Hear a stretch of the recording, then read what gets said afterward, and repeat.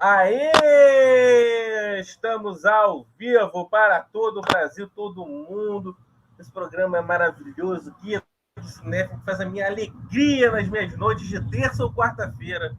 Que é os horários que eu consigo estar aqui presente para trazer convidados maravilhosos para podermos falar aqui um pouco sobre cinema, sobre camadas do audiovisual. E hoje estou muito feliz, pois iremos falar de uma camada do audiovisual que nunca falamos aqui, que é a direção de arte. Olha que coisa bacana. Vamos receber uma professora aqui que sabe tudo disso, para poder esclarecer as nossas dúvidas e também conversar um pouco sobre cinema, sobre cinefilia, sobre essa coisa maravilhosa, espetacular, que é a sétima arte. Pessoal, depois, se vocês quiserem assistir as outras entrevistas do programa Guia do Cinéfilo, é só correr lá nas redes sociais da TV Caeté ou lá nas redes sociais do Guia do Cinéfilo, lá no YouTube do Guia. Tem lá as outras 76, né? Caramba, 76 entrevistas. Já tô ficando que nem o Pedro Bial, cheio de entrevista no currículo. Que bacana. Olha só, vou ter um textinho aqui para te apresentar, Isabel, e aí a gente começa o nosso papo, tá bom? Tá bom. Vocês estão vendo a gente ao vivo, mandem suas perguntas, suas curiosidades, tá bom? E também, se não estiver ao vivo, também pode mandar a pergunta que a gente tenta responder aqui, vai ser super bacana. Nossa convidada de hoje, se tiver algum erro, depois você briga comigo, tá, Isabel? Não, brigo nada, imagina. Não sou de briga, não.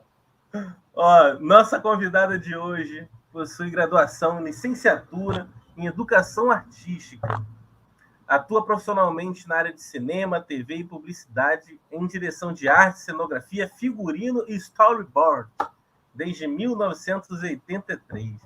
Também é ilustradora e artista plástica. Professora da PUC-Rio de Direção de Arte para Cinema. Isabel Paranhos. Tudo bem, Isabel? Como é que você está? Tudo ótimo. Pô, que bacana. Olha, quem é que está aqui com a gente já? Ó, a Marialva está aqui com a gente. Estou presente aqui torcendo. A Marialva já está aí. Olá, Marialva, tudo bem? Fica à vontade, mande sua pergunta. Tem um monte de gente aqui também mandando o zap aqui, querendo entrar no programa. Pode entrar, do link está lá disponível. Tem lá no meu Facebook, pessoal. Quem quiser é só acessar lá que a gente começa, vocês conseguem entrar aqui, tá bom? Deixa eu ver se eu... Peraí, só mandar um áudio aqui pro pessoal. Pessoal, entrem no meu Facebook, que vocês conseguem acessar o link, tá bom? O programa ao vivo é assim mesmo, a gente de todos os lados falando. Isabel, é o seguinte, eu queria saber de você uma coisa. Essa pergunta é uma pergunta default, que eu sempre faço para todos os convidados. Como é que foi o seu início nessa sua carreira, né? Quando é que você bateu no peito e falou assim, vou ensinar direção de arte, vou praticar a direção de arte? E outra questão também, se a sua família sempre te apoiou na sua escolha. O que você conta pra gente? Na verdade, são duas histórias bem diferentes, né? Eu acho que eu comecei a dar aula de direção de arte na PUC, indicada pela Clélia Bessa, já com uma carreira constituída na área de direção de arte e figurino. Eu acho que a história mais interessante é de como eu comecei a fazer cinema, na verdade, porque eu não tinha a menor intenção de fazer cinema. Mas eu fui meio que educada com cinema dentro de casa, né? Para quem não sabe, eu sou filha do Ronald Monteiro, crítico de cinema, que foi arquivista da Cinemateca do MAN desde a inauguração da Cinemateca. Então, eu convivia muito com aquilo, né? Durante vários anos da minha pré-adolescência e adolescência, eu estudava pintura. Eu sempre quis ser artista plástica, queria ser desenhista, artista gráfica, era essa a minha praia. E eu fazia aula nos finais de semana. Nos finais de semana, o meu pai ficava o final de semana inteiro na Cinemateca, né? Então, eu tinha aula de pintura lá, e aí ele me pegava, isso entre os 8 e os 12 anos, mais ou menos, foi um período longo. Ele me pegava, nessa época a Cinemateca ainda era no quarto andar, foi antes do incêndio. Ele me pegava lá embaixo, nos cursos no curso de pintura, que era onde é atualmente a Cinemateca, e aí me levava para tomar um sorvete e me levava lá para cima e me botava na sala de cinema. E dizia, olha, só sai daí para fazer xixi, ou então quando eu vier te buscar. E ia trabalhar.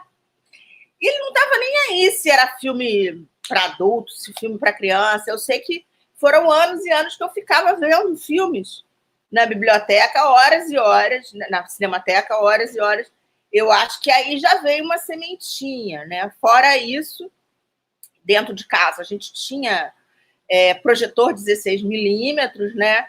E minha mãe pegava filmes nas embaixadas, tinha sempre reunião dos amigos com todos os aniversários, todas as festas, sempre tinha uma sessão de cinema. E convivi com isso dentro de casa desde muito pequena. Então, bem nova ainda na faculdade, eu fui para a faculdade, fui fazer comunicação visual e desenho industrial na UFRJ, exatamente com o objetivo de ser desenhista, mas eu já comecei a trabalhar como desenhista de storyboard, porque eu tinha esse conhecimento de linguagem, do que era plano, de movimento de câmera, essas coisas todas, então eu comecei a trabalhar como desenhista de storyboard, enquanto fazia faculdade. E aí eu fui fazer, em 84, em 83 eu fiz um filme do Humberto Molo, chamado Por Incrível que Pareça, que eu cheguei a fazer 3.000 desenhos, foi storyboard do filme inteiro, foi uma loucura. Peguei uma experiência aí nessa área. E aí, em 84, eu fui fazer o storyboard do filme do Zelito Viano, O Avaeté, A Semente da Vingança, e era um storyboard só de uma cena, que é a cena do massacre, que é a cena mais difícil do filme, né? Tinha 3 câmeras, tinha uma câmera no chão, uma câmera na torre e uma câmera no avião. E aí eu fiz o storyboard dessa cena, foi o trabalho que eu fiz pro filme. E aí eu já não morava mais com meus pais nessa época, mas eu estava na casa deles nesse dia, era dia dos namorados, o telefone tocou e era o Zelito. Era uma terça-feira, dia dos namorados, 1984. Tocou o telefone, era o Zelito perguntando assim, ele me chamava de Isabelzinha. Isabelzinha, quer ir para o set de filmagem? Eu falei, como assim, Zelito? Ele falou, porque a assistente do diretor de arte, que também é o cenógrafo figurinista, não vai poder ir porque está grávida. Eu quero saber se você quer ir no lugar dela. Eu fui pega tão de surpresa que e a equipe do filme era só amigo, entendeu? Era a Beth de Paula, que fazia continuidade, Chiquinho Dias, e Marcos Palmeira, todo mundo que eu já conhecia há um tempo, do colégio, né, na verdade. Aí eu falei, eu quero.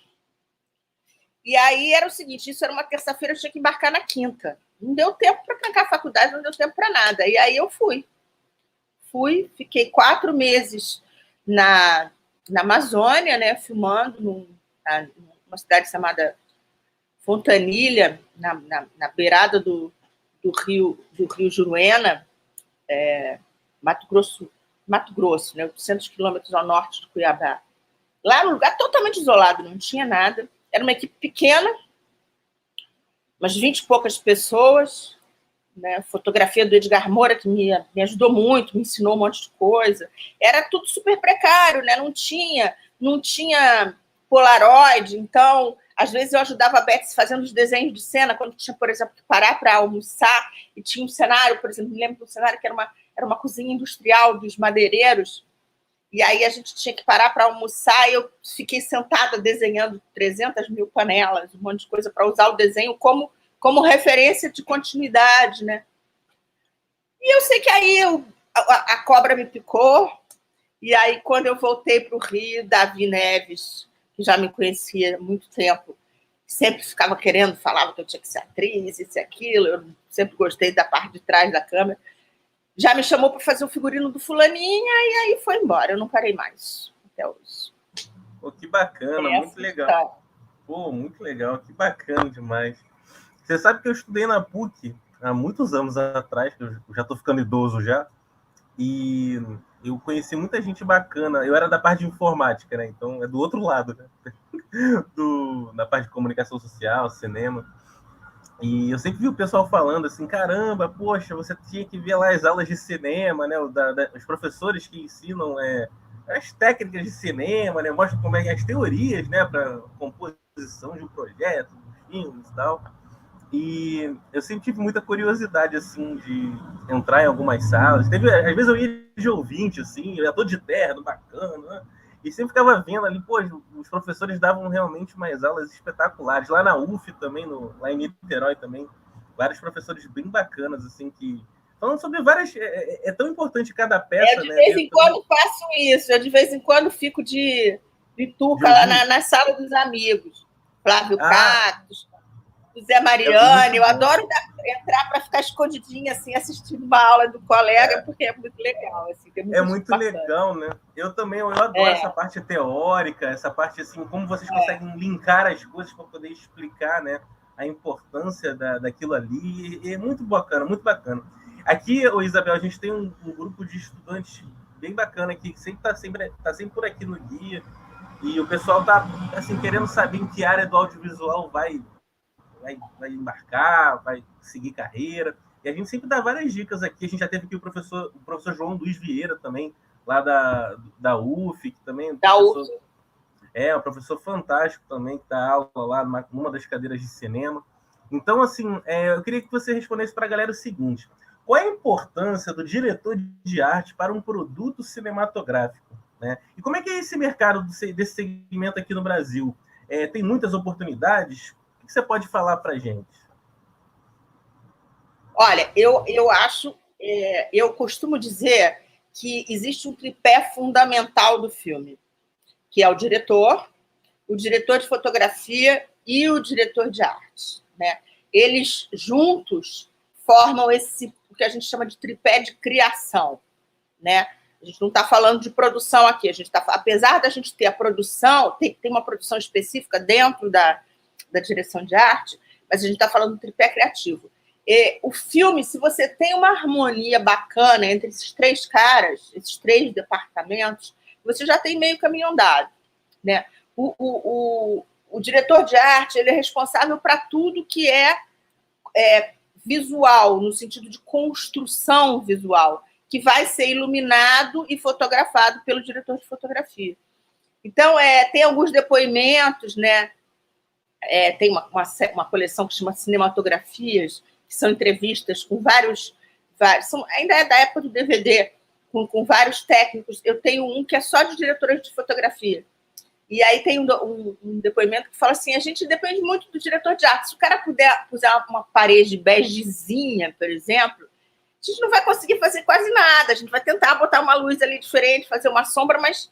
Então, é uma parceria super legal, né? Porque a gente constrói pensando no que eles vão iluminar e eles dão luz ao que a gente construiu. Quer dizer, é um trabalho em conjunto, é um trabalho de mãos dadas, né? Tudo isso para fazer vir à luz o trabalho do diretor, né? Então, e é muito legal você ter... Por isso que eu acho que é importante essas três áreas se comunicarem. Eu tenho muitos alunos que são da área que querem trabalhar na área de direção, que querem trabalhar na área de fotografia, mas que querem conhecer a direção de arte. Eu digo mesmo ao contrário, é super importante para o diretor de arte entender um pouco de dramaturgia, porque ele vai construir espaços que são dramatúrgicos, né? A mesma coisa do figurino, né? Ele vai construir a pele do personagem. E entender de fotografia também, porque aí você vai ajudar colocando janelas, colocando várias iluminações, diferentes opções de luminária, seja uma luz de teto, como eu estou aqui, que é péssima para essa hora, mas aí colocar luzes diferentes com dimmer e tudo isso para poder ajudar no trabalho. Então, eu acho que esse trio aí de departamentos que é meio que a alma criativa do filme, né? E o departamento de arte ele vai crescendo cada vez mais. Hoje em dia você tem que ter um coordenador de arte dentro do próprio departamento de arte, que foi uma briga durante muito tempo, para você ter alguém que mexe com o financeiro da arte específico e vai fazer a ponte, né, entre as necessidades do departamento e o produtor, né, a produção executiva. Você tem coisas que eram menores e que a gente, no começo, a gente fazia um pouco de tudo, né? A gente tinha um diretor de arte, um produtor de arte, meio que fazia de tudo. Hoje em dia você tem o produtor gráfico, que é super importante, que faz todas as peças gráficas, principalmente se você tem filme de época, né? Aí então nem se fala, é muita coisa para se fazer. Você tem o departamento de props, né? Que é o departamento de objetos, que são objetos de cena mesmo, que são com o qual o ator lida, que hoje em dia está virando um departamento dentro da arte também. Nos Estados Unidos já há muito tempo.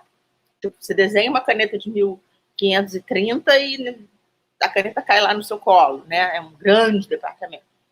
Mas você tem uma pessoa que seja responsável por esses objetos.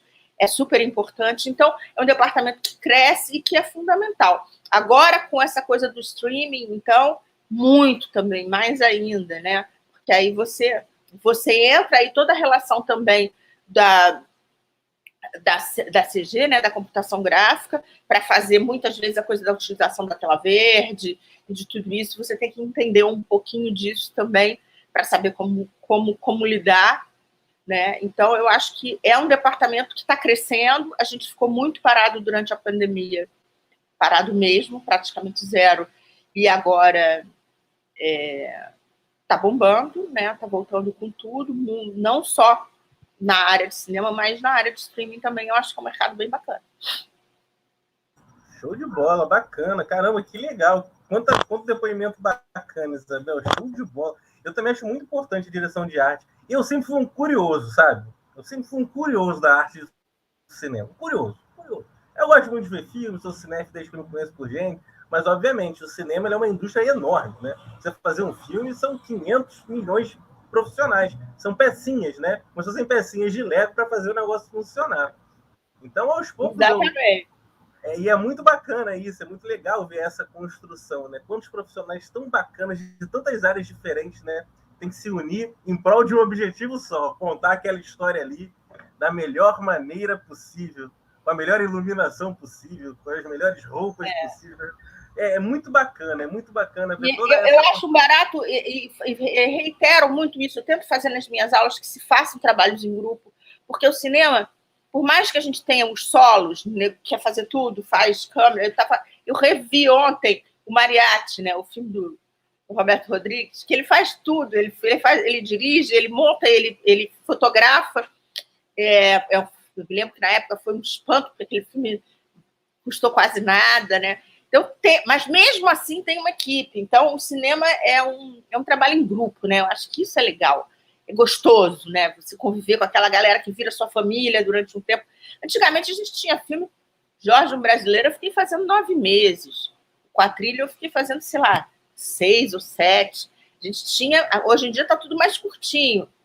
Mas, mesmo assim, você fica o tempo inteiro no set, né? Você não tem vida fora do set quando você está filmando, que aquilo ali vira sua família, é um trabalho de equipe mesmo. Eu acho que isso é um lado bacana. Para quem gosta de trabalhar em grupo, é bem por aí, é uma área que é bem de parceria, né? Quanto mais bonita a parceria for, quanto mais harmoniosa a parceria for, melhor o filme vai ser. Com certeza, concordo plenamente. Eu sempre falo para todo mundo que trabalha com cinema, eu já trabalhei com cinema, eu fui programador de cinema durante alguns anos, trabalhei com marketing, distribuição. Então, sempre fala um pouquinho mais alto, Rafael, eu não estou te ouvindo direito. Vou tentar botar o microfone um pouquinho mais aqui, vou falar um pouquinho mais alto. Tá me ouvindo melhor agora? Uhum. Tá. Então, eu sempre falo com o pessoal para sempre, assim, que possível, mesmo se a pessoa for querer ser crítico de cinema, escrever sobre filmes, para sempre, pelo menos uma vez na vida, frequentar um set de filmagens, para ver como é que a estrutura roda, como é que aquela roda gira, quantos profissionais, homens e mulheres, batalhadores do cinema, estão ali fazendo a coisa andar. É muito bacana ver, é muito bacana mesmo. Então, eu sempre recomendo a galera para procurar assistir, ficar de ouvinte ali, ou ir num dia numa diária ali, falar com algum produtor, para acompanhar um set de filmagem, para ver realmente como é que a coisa anda, como é que cada um contribui. É muito bonito, é muito, muito, muito bacana. É um mega trabalho em grupo, super bacana. Isso é muito legal. Ô, Isabel, eu queria saber de você uma coisa, uma curiosidade. Você usa exemplos de alguns filmes para ilustrar essa questão da direção de arte para os seus alunos? Se você cita algum filme, assim, que filmes você cita? Eu uso muito filme nas minhas aulas, muito, muito, muito. Tem dois setores dentro do... Eu não gosto de chamar de estilo, mas eu chamo de 2 setores dentro do cinema que eu trabalho muito. Eu começo com o musical, porque o musical, como ele tem muita movimentação cênica, ele precisa de uma direção de arte muito elaborada, bem como de um figurino. Você não pode botar um figurino que atrapalhe o cara a dançar, né? Eu me lembro de uma história do Fred Astaire, que ele reclama porque tinham feito uma roupa para Ginger Rogers, que era uma manga assim, uma manga sino gigante, toda bordada em pedraria. Então, quando ela rodava, aquela manga ia na cara dele, ele tomava um safanão, não conseguia continuar dançando. Ele falou, pelo amor de Deus, você tem que resolver isso aqui. Então, né, a mobilidade do bailarino, do ator bailarino, para se movimentar bacana no set, você tem o figurinista de musical, ele tem que ser parceiro, né? Ele tem. E a mesma coisa, eu adoro mostrar o Cantando na Chuva, porque o Cantando na Chuva ele usa coisas corriqueiras que estão ali no bastidor ou no dia a dia de uma pessoa como elementos cênicos que fazem parte da coreografia, né? O fato de você ter um coreógrafo que é ator e é diretor também, claro que ajuda nisso, mas você tem aquela música Good Morning, por exemplo, que eles dançam com os sofás, com as coisas, vão brincando com o espaço cênico que está ali. Dá para ver que aquilo ali foi construído especialmente para a coreografia, né? Make Them Love é outra que é ótima, que é nos bastidores, né? Então tem aquela coisa da dança com as coisas, com um pedaço de madeira, com um sofá velho, com a boneca.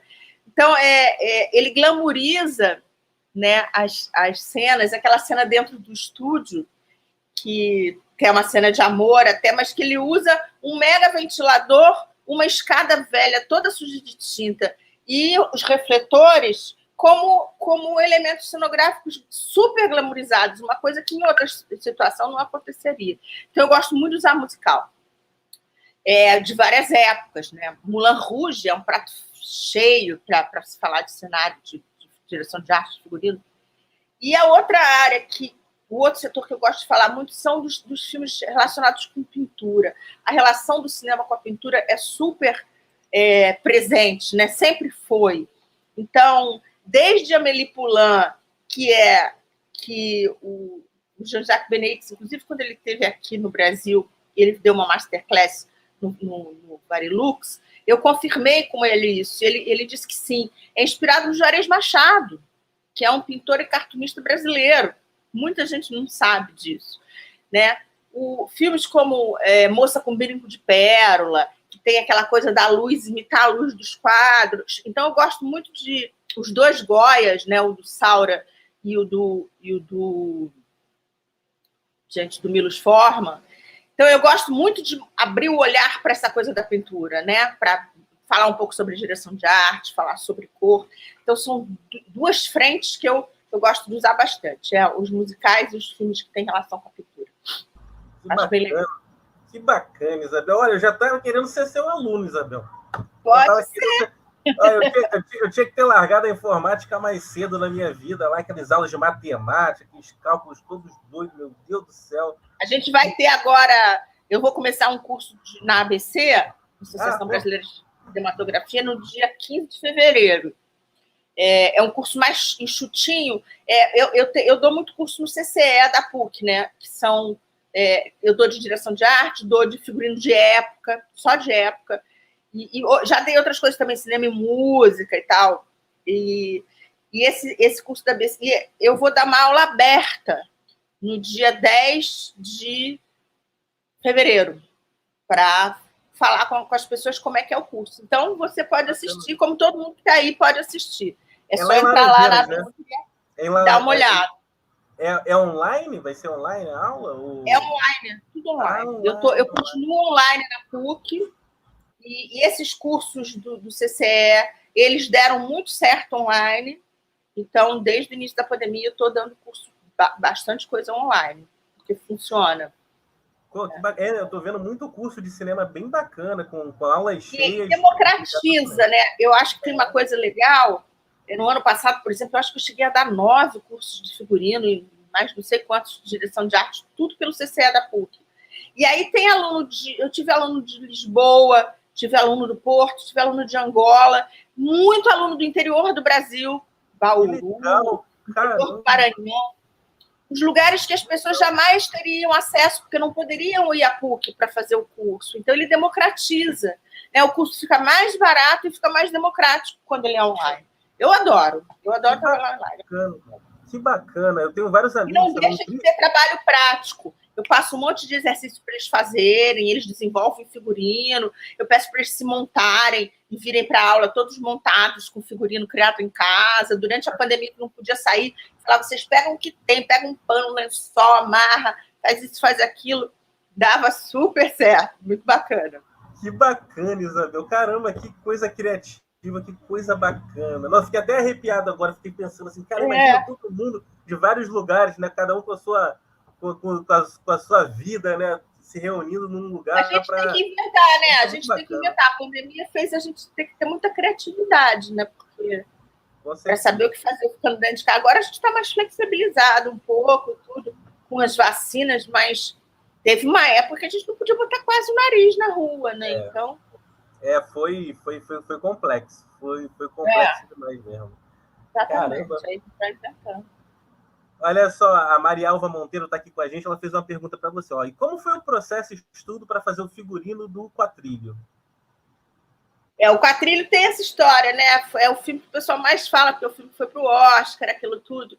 E tem uma coisa que aconteceu no Quatrilho, que é o seguinte, é muito comum você ter equipe de pesquisa, né? Você contrata uma equipe de pesquisa. Só que eu adoro pesquisa histórica. Eu gosto muito. Então, eu fiz pessoalmente a pesquisa do Quatrilho. Eu comecei aqui no Rio ainda. Eu li o roteiro aqui, aí eu recebi do Paulinho Flaxman um livro de indumentária italiana. Aí eu comecei a ver umas coisas no consulado da Itália, ver uns filmes por aqui, só que eu vi que não dava, que eu tinha que ir. Eu fui uma das primeiras pessoas da equipe do Rio a chegar no Sul. Eu fiquei muito tempo, eu acho que eu fui uma das primeiras a chegar e uma das últimas a ir embora. E aí lá tinha um museu de Caxias do Sul, onde eu consegui muito material, que o Paulinho já estava fazendo a pesquisa e fazendo uma parceria com objetos, para os objetos da direção de arte, porque no Quatrilho eu fiz figurino, né? O Paulinho Flaxman que fez a direção de arte. Ele já estava com parceria com o museu para a parte de pegar objetos emprestados ou pegar outros para poder reproduzir, alguns que eram mais frágeis e tal. E aí eu conheci a diretora do museu e consegui um material muito bom de fotografias para poder fazer pesquisa. E aí teve uma coisa também que rolou, que foi a pesquisa de campo, entendeu? Tinha algumas coisas. Começou essa pesquisa de campo por causa das roupas de baixo. Tinha cirolas, tinha umas roupas de baixo, que isso não aparece em foto nenhuma. Então, como é que você vai descobrir como era? O único jeito é falar com os colonos, saber se eles têm alguma história para contar, alguma coisa. Então, eles são muito refratários, né? Assim, eles são. Você tem que ficar indo, aí toma chá de maçã, toma o vinho da colônia, come cueca virada, que é o doce que eles te oferecem. Você tem que ficar indo várias vezes, conquistando aquela galera, até eles começarem a abrir os baús. E eu dei a maior sorte, porque acabou que eu consegui roupas originais do início do século XX nesses tais baús, né? Você acaba fazendo amizade, né, com as pessoas. Eles falam vêneto muitas vezes, então você não entende direito o que eles estão falando. Mas é uma delícia você conhecer mesmo uma outra cultura, né?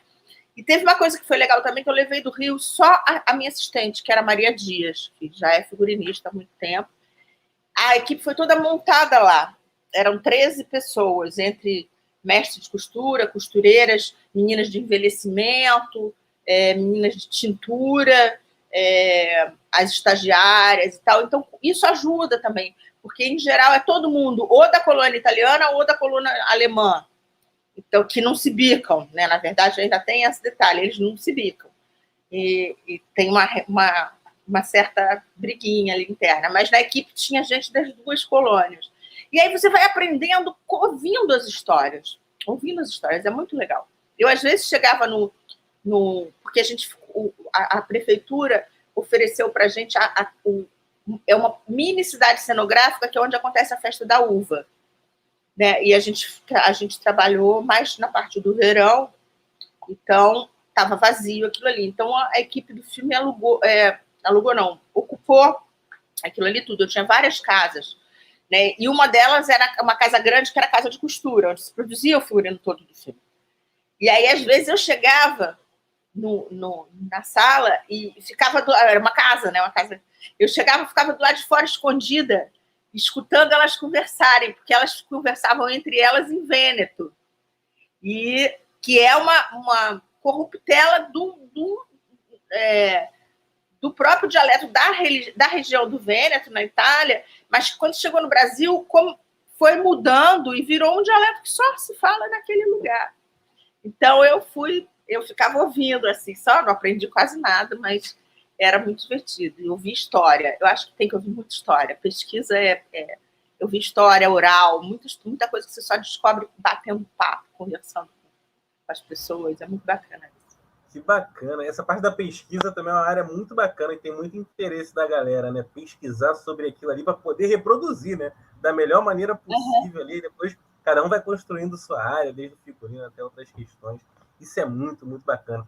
Você falou da importância lá do tripé, né? Dentro do processo criativo do filme. Eu lembro que eu entrevistei aqui a Kátia Coelho, fantástica também, diretora de fotografia também, espetacular também. Falou bastante aqui. O pessoal que está assistindo a gente aqui, depois, se quiser acompanhar essa entrevista, é só procurar lá no nosso YouTube, que tem lá também.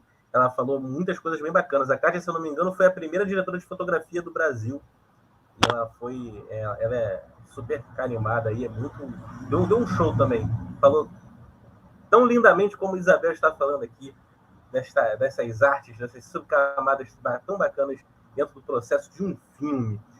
Isabel, é o seguinte, agora vamos passar para a parte... Já vi que você é cinéfila, você vê filmes há muito tempo, então vamos passar agora para a parte um pouco mais cinéfila, uma parte como você como espectadora, e aí tu vai ver que vai ser bem bacana aqui. Seguinte, Isabel, eu queria saber de você uma coisa. Eu queria saber se você acha que o público brasileiro tem um certo preconceito ou preconceito contra o filme brasileiro. O que você acha? Eu acho que tem. Ainda tem. Melhorou muito, muito. Mas eu vejo que ainda tem. Engraçado, porque eu tô na PUC desde 2010. Quando eu entrei, tinha bem mais.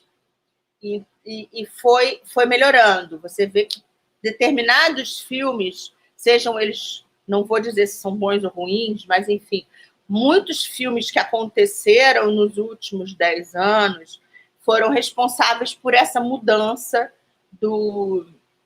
da opinião do público, né? Eu acho que tem essa coisa do streaming também, que as pessoas começam a conhecer, sejam streams brasileiros como a Globoplay, ou sejam mesmo os outros, você tem filmes brasileiros em outros, e até a coisa das séries, de ver as séries brasileiras, a qualidade alta das séries brasileiras, faz com que o olhar da pessoa que vê filmes, porque série e filmes têm suas semelhanças, equipes equivalentes, fotógrafos, diretores de arte, figurinistas que fazem, diretores que fazem cinema, fazem séries também aqui no Brasil, né? A gente sabe disso. Então, a gente pode até dizer o mesmo sobre a qualidade, como aumentou a qualidade da televisão mesmo, das séries que são na TV aberta, inclusive, né? Então, eu acho que isso deu uma mudada no olhar do público em geral. Eu acho que ele está um pouco mais receptivo com o cinema brasileiro, um pouco menos preconceituoso. Quando eu comecei, era bem mais difícil.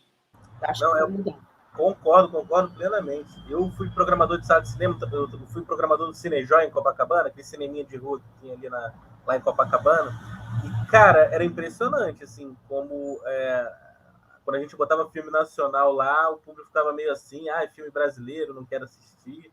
E aí a gente tinha que fazer aquele trabalho de formiguinha, falando, poxa, olha a história do filme, poxa, é assim, olha que bacana, vai que você vai gostar. E aí, geralmente, a pessoa entrava na sala, via o filme e gostava, entendeu? Então, assim, é muito complicado a pessoa já ir com um preconceito, né? Às vezes não é nem é o preconceito de um monte de coisa. Exatamente. E não dá a chance pro cinema tão bacana, que o nosso cinema é tão bonito, é tão bacana, é tão vasto, né? Tão diverso, tem tanta coisa bacana. Às vezes o pessoal se prende muito nessa coisa, só tem comédia. Não é isso. Tem um monte de coisa. Eu acho que essas iniciativas de ter filme com debate, sabe? Chamando a equipe para conversar. Seja na ABC, tem as segundas-feiras com a Cavídeo, tem... Você vê no Canal Brasil, né? A coisa de chamar o realizador, chamar o ator, chamar o produtor para conversar sobre aquilo ali depois que o filme passa. Eu acho que tudo isso... Eu sou a rainha do making-off. Eu uso muito making-off nas minhas aulas,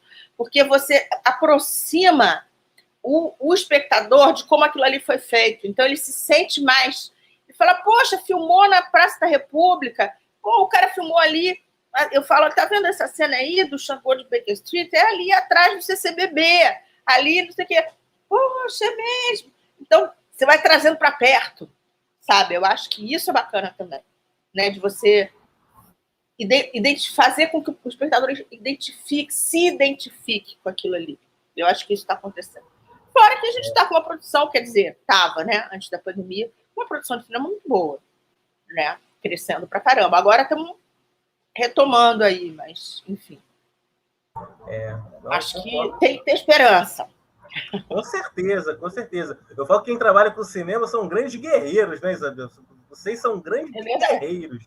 Guerreiros tem que lutar pelo pão nosso de cada dia, porque é uma área muito complexa, né? E também, assim, com pouco incentivo, né? Tinha que ter muito mais incentivo, né? Muito mais incentivo. A gente está falando de cultura, de arte, né? Ai, meu Deus do céu. Vamos ver agora, com todos os problemas, né, que aconteceram nos últimos 3 anos, essa questão da Ancine, principalmente, os dinheiros todos que estão presos até hoje. Então, já era difícil, está mais difícil ali, né? Não, é complexo. É o perfil de quem trabalha com cinema. Com certeza. Esse curso que você falou da EBC é aquele que fica ali em Laranjeiras, na Rio Filme, ali a ABC agora está com a sede no Rio, né? A ABC antigamente já tinha sede em São Paulo, agora está com a sede no Rio, que é ali onde tem a Cavídeo também, onde tem a Rio Filme. Né? São as entidades que estão lá, são o Cineduc, o Cinema Educação, a Cavídeo, onde tem a Biblioteca de Cinema Marialva Monteiro, que estava aí, e a ABC. Então, tem alguns cursos presenciais. Eu sei que tem alguns cursos presenciais, se eu não me engano, os de fotografia, do Flávio Ferreira, tá agora e tal. Tem alguns cursos presenciais. Inclusive, eles fazem curtas no final do ano. Se entrar lá na ABC, consegue assistir. Esse meu curso vai ser online. É a primeira vez que eu estou dando curso lá. Bacana, muito bacana. E aí, escola aberta dia 10 e o curso começa dia 15 de fevereiro. Show de bola, show de bola. Acho que meu amigo Chu Shen também dá curso lá também na ABC. Grande Chu, meu querido amigo, assistente de direção e agora também diretor aí de vários filmes. Cara, muito gente boa pra caramba. Ó, o Alisson Oliveira, que é crítico de cinema lá de São Paulo. Ô, Isabel, tô falando que incrível essa experiência do Quatrilha. Gostou muito aí dos teus relatos lá da sua experiência no Quatrilha. O Alisson Oliveira, um dos maiores críticos de cinema do Brasil. Meu querido amigo lá do CineWeb. Sempre lá assistindo o filme, entrevistando um monte de gente. Ele entrevistou a cineasta de um país chamado Butão essa semana. Olha só que bacana, né, cara? É muito legal quando esses filmes de outros países, assim, que a gente nunca imagina que tem filmografia lá. Eu falo, todo país tem cinema. Todo país tem cinema. Então vai chegar aí em breve aí nos cinemas um filme do Butão. Legal. Olha, que bacana, que legal. O Alisson entrevistou lá o pessoal do filme. Tá lá no CineWeb, pessoal. Não deixem de acessar, que é muito bacana isso. Ô, Isabel, eu queria saber eu tenho umas curiosidades aqui, eu queria saber a sua opinião. Você acha que os críticos de cinema, com suas notas, textos, bonequinhos, estrelinha, né, tanta cotação, eles realmente influenciam a ida do espectador para ver um filme? O que você acha? Bom, eu sou meio suspeita para falar, porque eu sou filha de um crítico, né? Então, conheço muito, sou amiga da maioria. Então, eu adoro, eu leio, discuto, bato papo. Eu não gostava dos bonequinhos, eu achava que o bonequinho era muito maniqueísta, entendeu? Porque não tem meio termo. Senta, levanta, aquele negócio ali. Mas eu acho, principalmente essa coisa que a gente tem na internet, de poder assistir, de poder ler os blogs dos críticos, eu acho que, por exemplo, esse filme que muita gente não gostou, mas muita gente adorou também, que tem essa tradução horrorosa, que é o Ataque de Cães, né, o The Power of the Dog. Tem um monte de coisa, então, e é um filme meio polêmico, então é legal, né, você, da Jane Campion também, sobre o livro da Ferrante. São coisas... Eu acho legal você ler várias e aí comparar uma com a outra, e aí, de repente, tem uma coisa que um crítico sacou que o outro não sacou, ou uma curiosidade. Eu costumo acompanhar muito. Eu acho válido, acho legal, acho que eu admiro. É uma profissão que eu admiro, gosto muito. Claro que tem os chatos, tem os implicantes. Tem qualquer profissão, tem, né? Que é aquele cara que quer só pegar no pé, encher o saco, mas faz parte também. Acho divertido. Eu falo que tem os críticos estrelinhas. Tem uns que gostam de ser a estrela do espaço, né? Com suas palavras, seus pensamentos, né? Ai, meu Deus do céu. Mas tem muito crítico bem bacana. A gente já recebeu aqui vários críticos muito legais. Crítico que eu adoro. O Carlos Alberto Matos já esteve aqui. Celso Sabadin já esteve aqui. Tanta gente. O Marcelo Janot já esteve aqui. Tanta gente bacana. Daniel Schenker, meu querido amigo Dani Schenker. Quanta gente bacana já esteve aqui. Em breve, muito mais críticos aqui. Marcelo Miller, Robledo Milani. Críticos de todos os lugares do Brasil. Que coisa maravilhosa. Mas vamos em frente aqui. Seguinte, Isabel. Ao longo dos meus 35 anos, eu conheci muita gente ligada ao cinema. Não entendi agora o que você falou. Ao longo dos meus 35 anos, eu conheci muita gente ligada ao cinema. Todas as áreas, muita gente. Eu sou um cara que gosta de papear. Eu fico falando com todo mundo, conheço um monte de gente. E eu percebi uma coisa que me deixou assustado. Na minha modesta opinião, Isabel, muitos diretores de cinema aqui no Brasil, eles simplesmente não assistem a filmes. E eu queria saber a sua opinião.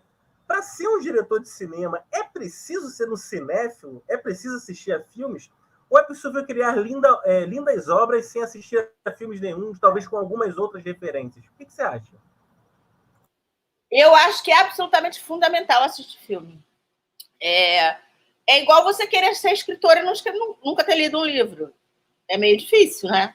Eu acho que não é bem por aí. Se você vê, eu recebi aqui essa revista esses cadernos de cinema, né? Então estava lendo esse sobre o cinema novo, que aí fala muito sobre aqueles anos 60, ali o início, aqueles bate-papos de todo mundo, daquela galera e como é que eles discutiam um filme do outro, como é que eles faziam milhões de críticas, aquela fervura toda, né? De que desencadeia essas coisas. Tem que ver o filme dos colegas, tem que participar, tem que assistir, sim, todas as cinematografias do mundo, ver lá o paquistanês, o coreano, e ver o cinemão também. Acho que tem que ver, sim. Esse negócio de não ver é esquisito. No mínimo, é esquisito. Eu concordo plenamente. Eu fiz um especial para o meu blog, que é o Guia de Cinéfilo, né? E aí eu entrevistei um monte de gente. E, assim, eu tenho essa pergunta lá. Foram mais de 500 entrevistas. E eu ficava, assim, meio pasmo com algumas respostas que eu recebi quando eu mandava essa pergunta. Mas depois, se o pessoal quiser ver, tem lá no Guia do Cinéfilo blog, só está no Google, que vocês encontram lá. Mas conversando ao longo do tempo, fiquei muito assustado. Falei, gente, tem que ver filme. Tem que ter referência, cara. Eu acho que tem que ver e tem que falar, não é só ver, né? Tem que ver e tem que... Por isso que esses blogs, não só dos críticos, mas dos cinéfilos, são tão legais, porque rola um bate-papo, entendeu? Rola uma discussão. Às vezes você vê o filme... Eu vou muito ao cinema sozinha, quer dizer, né? Hoje em dia a gente vai mesmo. Ficou tanto tempo sem ir, mas eu sempre fui uma pessoa de gostar de ir ao cinema sozinha. Você sai do cinema com aquele negócio aqui, que é doido para falar, né? Então, tem que ser com os críticos, com os blogs, com todo mundo. Eu acho que tem que ver e tem que discutir, sim. Diálogo é fundamental. Com certeza. Eu gosto mesmo dos diretores cinéfilos. Já recebi alguns aqui muito bacanas também. Belmonte esteve aqui, sabe muito de cinema. Marcos Bernstein, meu querido amigo, também já esteve Legal. Aqui, falando muito de cinema. Hilton Lacerda esteve aqui também. Grande Hilton Lacerda, foi muito bacana. Falamos muito aqui. E é isso daí. Seguinte, Isabel, já está chegando no fim da nossa entrevista. Olha, já tem 45 minutos já de papo. Olha só como é que passa rápido. Viu? É isso aí. Aqui é super tranquilo. Aqui todo mundo adora. Olha só, Isabel, é o seguinte. Cinderela Baiana, Isabel Paranhos, é um dos marcos do nosso cinema. Um filme aclamado por sua ruindade, por sua falta de técnica. beirando o bizarro em muitos momentos. Mas eu queria saber de você uma coisa. Para você, existe filme ruim ou cada filme chega de forma diferente para cada pessoa? Eu não consegui entender a sua pergunta, o finalzinho. Para mim, esse tipo de filme, o quê? Eu queria saber de você se existe filme ruim ou cada filme chega de forma diferente para cada pessoa. Não, existe filme ruim. Claro que existe. Tem muito filme ruim. Muito ruim, ruim, horrível, horrível, horrível. Claro que tem. Não, tem sim. Não tem desculpa, não. Como é que é a framboesa? Não me lembro mais. É framboesa, mora, sei lá. Aquele... É o Framboesa de Ouro. Tá sempre lá. Nicolas Cage é um dos líderes. O Nicolas Cage é um dos líderes de indicações.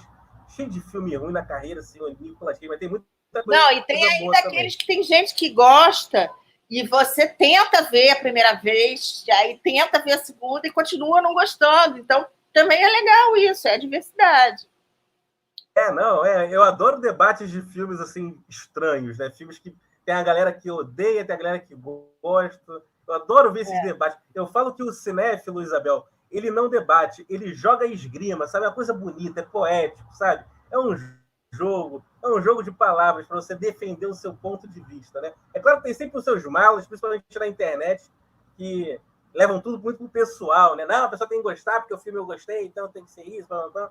Mas falar sobre cinema é muito bacana. Como você falou agora há pouco, você sair de uma sala de cinema, você quer falar sobre aquilo ali, né? Você quer refletir junto com os outros sobre aquela experiência, né? Aquela imersão dentro de uma sala de cinema tem que servir para alguma coisa, né? Para nossa vida. A gente precisa discutir aquilo ali. Falar só não é melhor do que fazer. Exatamente. Mas nem para todo mundo, né? Tem gente que tem pânico de um set, assim, acha que é uma loucura, é uma piração. É verdade, eu conheço gente que fala isso, fala, caraca, eu não ia aguentar, meu Deus do céu, é uma correria danada, é muita pressão, é muita gritaria. Eu conheço muita gente que faz cinema, que trabalha com finalização, montagem, etc., que não pode ver um set, tem horror de set. Gosta de ficar ali no computador finalizando, entendeu? Cada um contribui da maneira... cada um contribui da maneira que melhor se encaixe, tá tudo bem. É isso aí, show de bola. Isabel, é o seguinte, a gente sabe que o lucro das salas de cinema vem do milho, né? As salas de cinema compram aqueles sacões de milho bem baratos e vendem aqueles combos por preços exorbitantes, né? E eu queria saber de você uma coisa. Na sua opinião, aqui no Brasil, o cinema é um lugar caro? O preço do ingresso no Brasil é caro, Isabel? Eu acho. Eu acho caro, com certeza. Não é acessível, entendeu?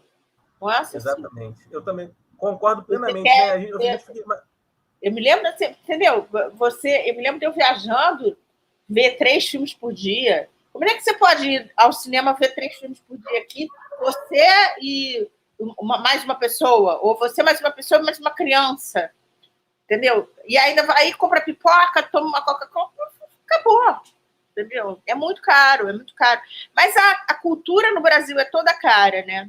A gente tem ainda algumas coisas legais em termos de museu, que você tem museus que são com um preço bastante acessível. Eu acho que a área que você tem mais acessível ainda são os museus. Mas o teatro e o cinema são caros. A dança é caríssima.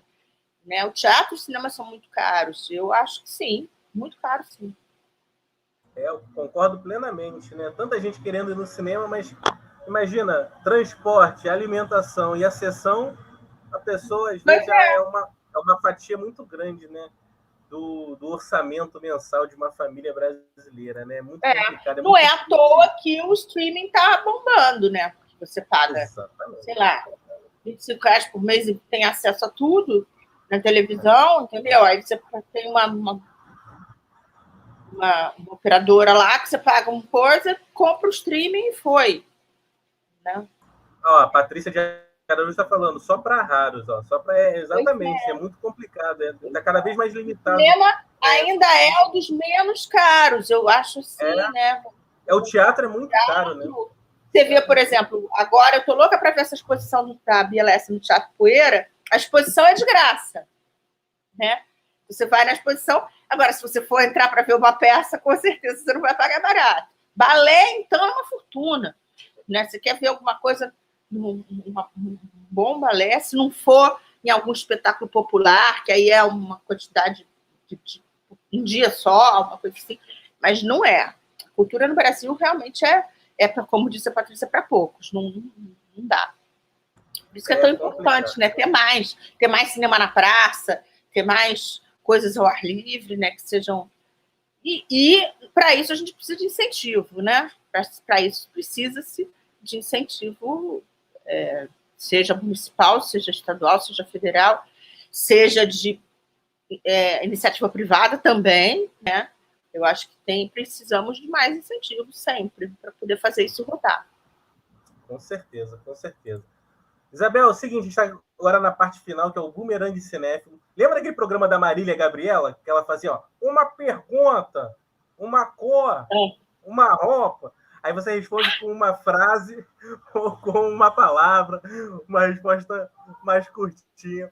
E aí a gente encerra o nosso programa. Já te agradeço pela presença. Você deu uma aula aqui, muito bacana, levantou vários pontos tão bacanas, falou sobre tantos assuntos bem bacanas. Depois eu sempre reflito sobre as respostas dos meus convidados e tenho certeza que vai ser muito enriquecedor, não só para mim, mas para todo mundo que acompanhou e vai acompanhar. Legal. Olha só, vamos lá então. Isabel Paranhos, o que mais incomoda uma diretora de arte num trabalho audiovisual? No trabalho de quê? Num trabalho audiovisual. No trabalho lá no ofício mesmo. O fotógrafo que estoura tudo. Pega o trabalho e fica tudo branco.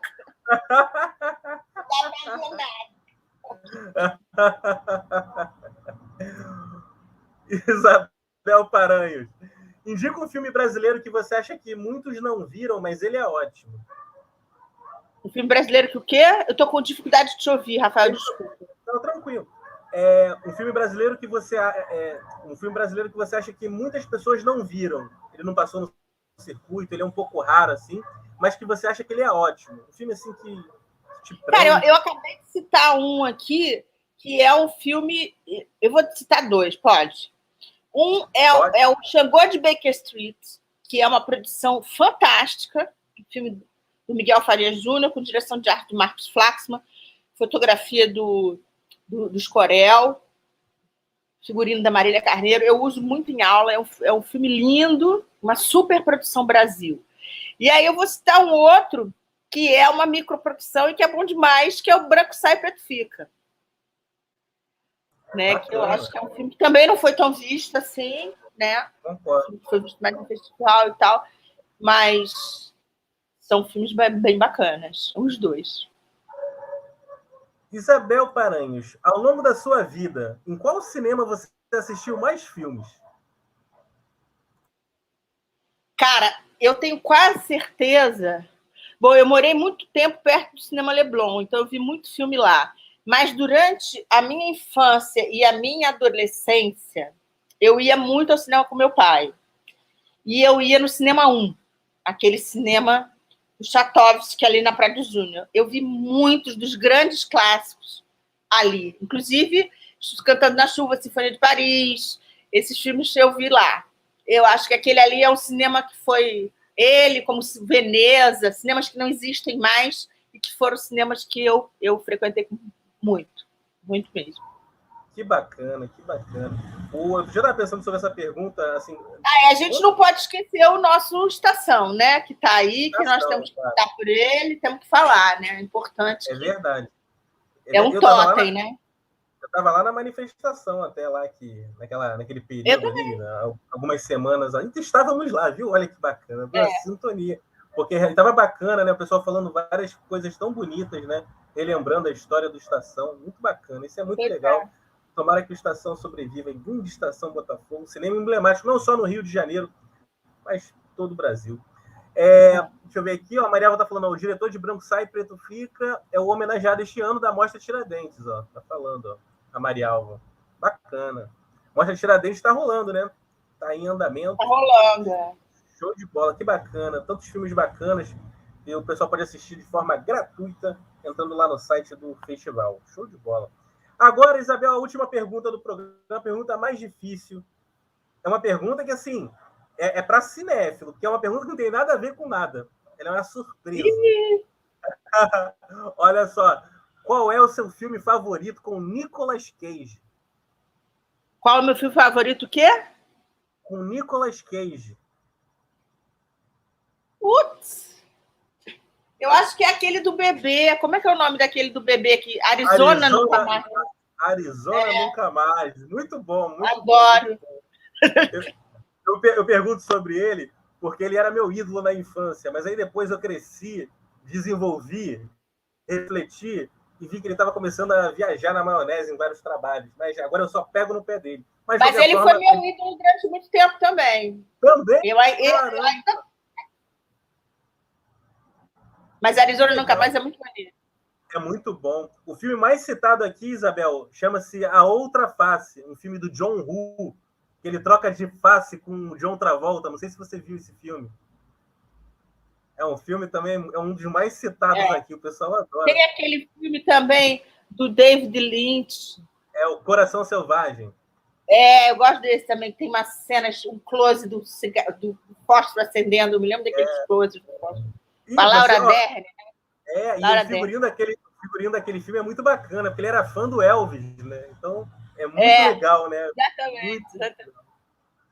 O filme de abertura do Festival de Cannes de 1990. Grande filme do David Lynch, Laura Dern, Nicolas Cage. Espetacular. Isabel, estamos chegando ao fim do nosso programa. Podia ter aquela musiquinha do Jô Soares.